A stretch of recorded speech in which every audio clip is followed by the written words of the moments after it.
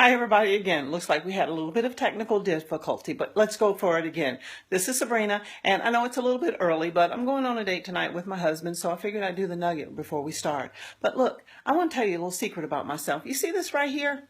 I didn't always know what this was.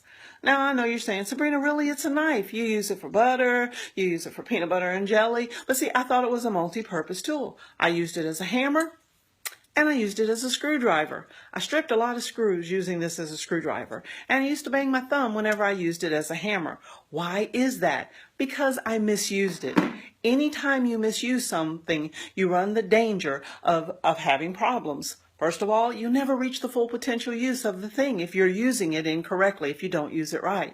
The next thing is that there's a danger of damage or harm, like as in my thumb, whenever I was using the knife incorrectly. The other thing is you'll only achieve a level of success whenever you're using a thing incorrectly. Well, you know, the same is true with you and I, and the gifts that are within us.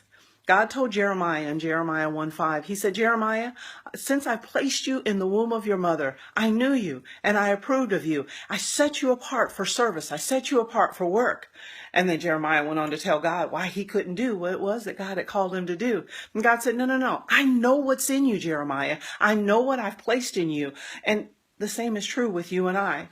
Each one of us have been created on purpose and for purpose. We're not a mistake. Where we were born is not a mistake. We were created on purpose, and we have gifts and we have talents within us. But here's the thing. You got to figure out what those gifts and talents are, and you have to begin to use them.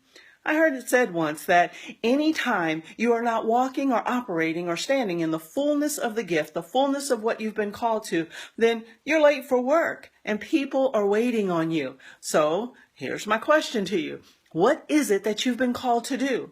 What is it that burns inside of you? If you get rid of all of the people pleasing, if you strip away all of the people who are telling you what it is that they think you're supposed to do, what it is that you're called to do, what it is that they see in you, what is it that's burning in you?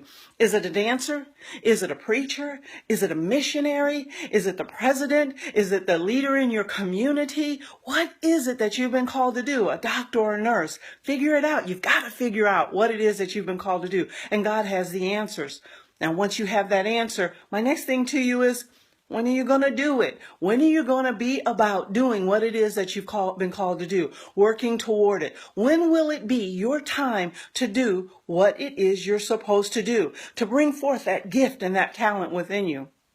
Okay. Do not let fear and haters stop you from doing what you're supposed to do. Remember the little shepherd boy? He was ridiculed by his family. He was questioned by the king, and he was taunted by the giant. But it did not stop him. In fact, he ran into his destiny, and he was successful. It was sure, and it was exactly what he said it was going to be, because he understood what his purpose was. So here's my challenge for you. Find out, figure out what it is that God has given to you. What is that gift within you? What is that talent that's in you? And then be about it. Be who you're called to be. Become who you've been called to become. And don't let anything or anybody stand in your way. Without apologies, without regrets, do what it is that you've been called to do. You've got the whole backing of heaven behind you whenever you're doing what God has called you to do. So, this is a screwdriver. This is a hammer. And this is a knife. I won't confuse them again. I know the difference. I know how to use them. I understand now. This is Sabrina with your Night Nugget. Thanks for joining me. Good night.